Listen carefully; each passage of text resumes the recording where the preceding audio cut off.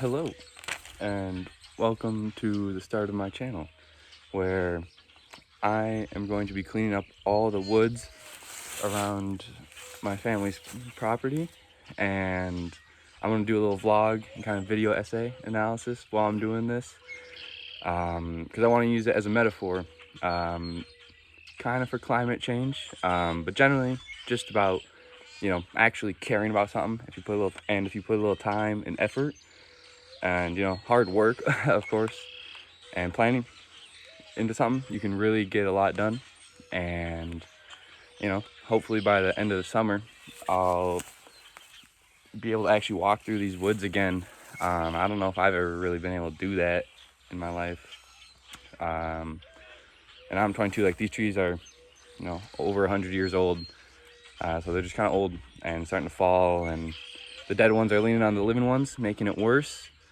And I just needs a little TLC to get it going and help her grow back up to nice strong woods, because this whole section here used to have trees, but it got cleared out by storms, wind,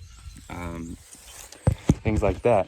But the best part is, after only like 2 years of having set it there, there's dozens, maybe even hundreds of little saplings starting to grow just on their own naturally. And we didn't really do too much. I mean, we cut up a couple of the trees, but most of them we just chopped down and fell and let them kind of grow back into the soil. It wasn't really that crazy. But I guess the topic of this video that I want to do is enclosure. And enclosure was the act, or the movement in England, of creating private property for more middle-class people, and in general, just the ability to say, this is my area. If you come on here, I can, punish you for, like, stealing one of my sheep. Like, it's no longer our area. You can't plant your own stuff here. You have to ask me. Because before, there used to be a thing called the commons, where all the peasants, and I mean, yes, they were peasants, they weren't rich, but also it was like 1200. Stuff was pretty tough back then. It was agrarian societies, and they were able to create this private property or the movement for this private property over hundreds of years. It wasn't something that just happened overnight, and they had to create laws in the first place, and it gave people the option to create private property. And at first, people didn't even do that, partially because it was expensive. You had to fence off the property, and that costs a lot. And then usually you would just have to farm all the land by yourself, and you no longer be working with other peasants, and you'd probably go broke. And so a lot of the peasants, they just stayed in commons until they started, a couple hundred years went on. They started making it more codified in law that land is owned by a person, and it can't just be basically public use for everyone, where everyone can just go out, plant their year's wheat, whatever, and gather their firewood from this woods near them. That's kind of why I thought about starting to do this series, or like enclosure with the series, was because, well, I just graduated college. I have very little capital, and I don't know, it's kind of what I got. So this is what I'm going to work with. And beyond, like, just needing to do something, I guess, to feel productive in society, like, the woods need it too. They're just kind of not looking too hot. That's what I want to do. But back to the enclosure.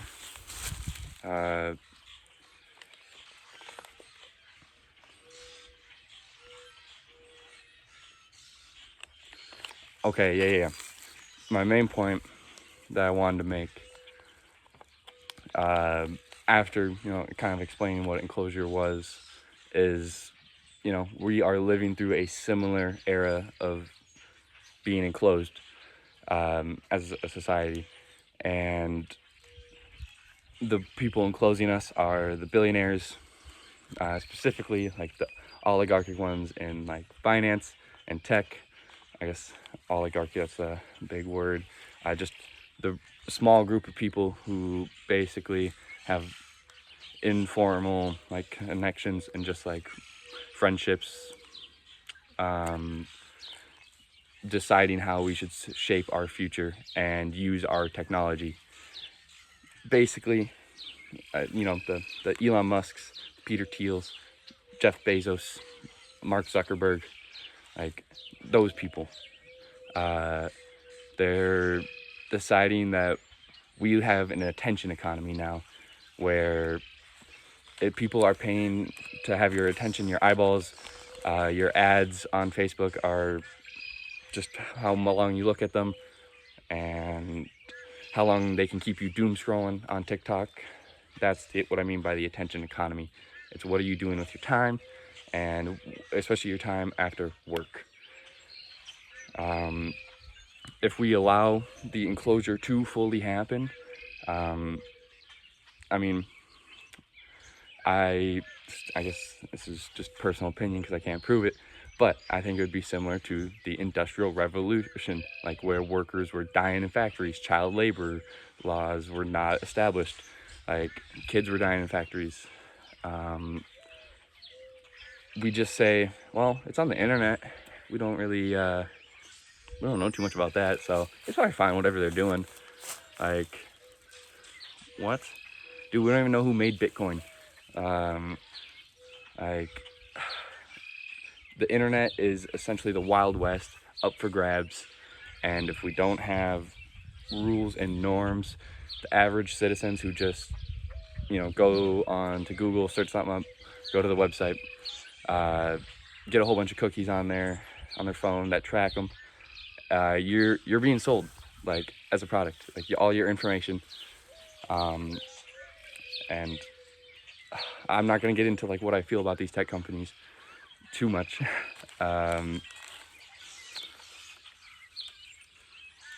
But since we live in an attention economy, I've heard the term surveillance capitalism is what we live under. People are always watching, always trying to sell their self. Like right now, I'm willingly letting myself be surveyed, which is kind of crazy, and I'm like trying to put it out there. I mean, not that I really think I would make money off of this. It's just like, I hope YouTube sees this and then puts in my algorithm a whole bunch of more similar content, just so I can be in like that sphere. I literally don't care if this motherfucker gets one view. But everyone is trying to be an influencer. Everyone's trying to be on the internet, and they are willingly being like, oh, this is where I'm at, this is what I'm doing, this is where I'm going. Like, all these big like AI training data sessions are just mass amounts of information. It's not really the quality of information that's being tracked. It's just they want everything, which I see as an issue, because once we give that sort of thing up and make it the norm, we will never be able to have our own version of it.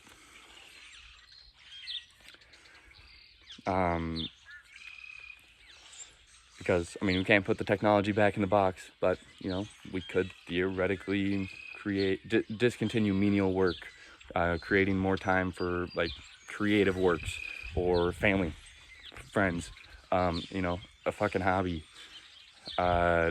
Literally anything else that doesn't leave you so drained after your 9 to 5 that you literally just want to binge watch season 3 of Squid Games, about how capitalism turns people into monsters and pits us against each other, essentially. Well, that show, but tangent.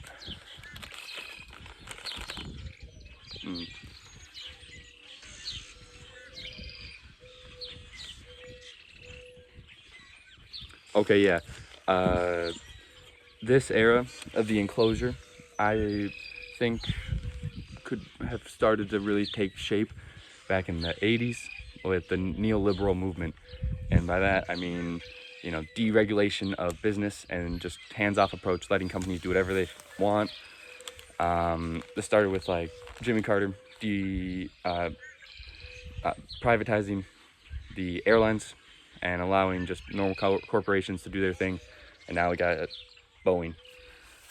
And then it really took off with Ronald Reagan and Thatcher, Margaret Thatcher, in the UK. This is what a lot of people would attribute like laissez-faire, like a two as a economic principle, and that is just a French term, to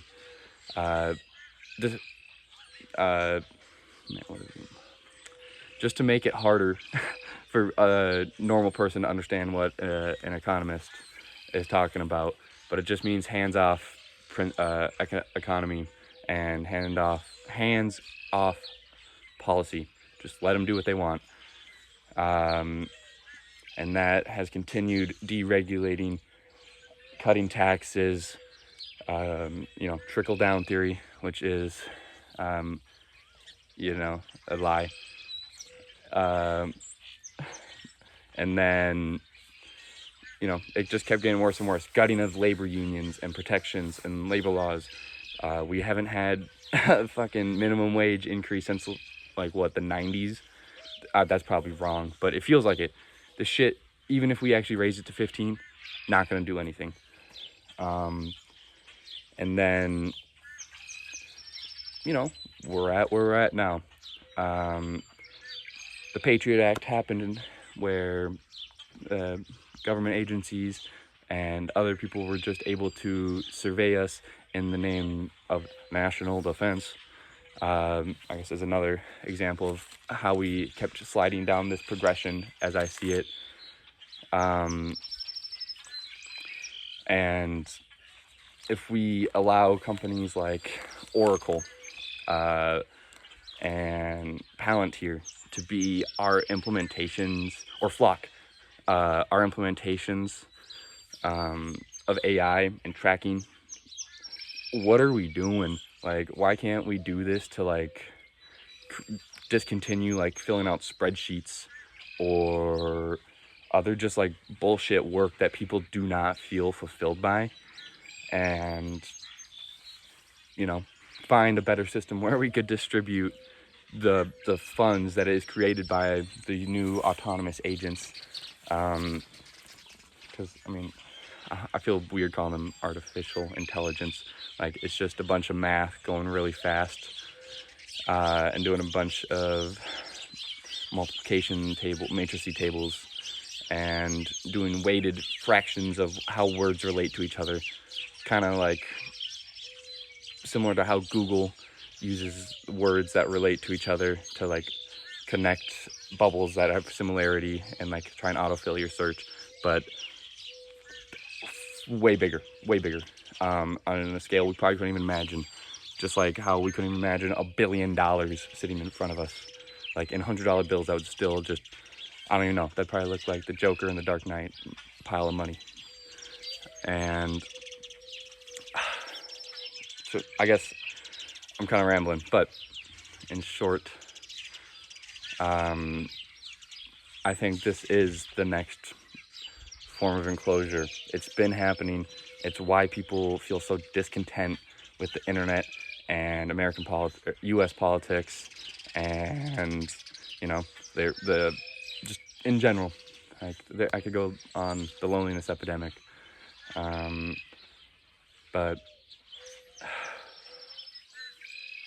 I don't know. I think we're kind of I fundamentally think we're gonna be like this forest, this woods, and that's why I want to do this. It might kind of look like shit, but after a little bit of work, a couple years, there'll be some saplings. There'll be new roots going, and before you know it, we'll be the next 100-year-old tree that's getting chopped down and ready to start the next cycle. Yeah, I guess that's it. Stay weird.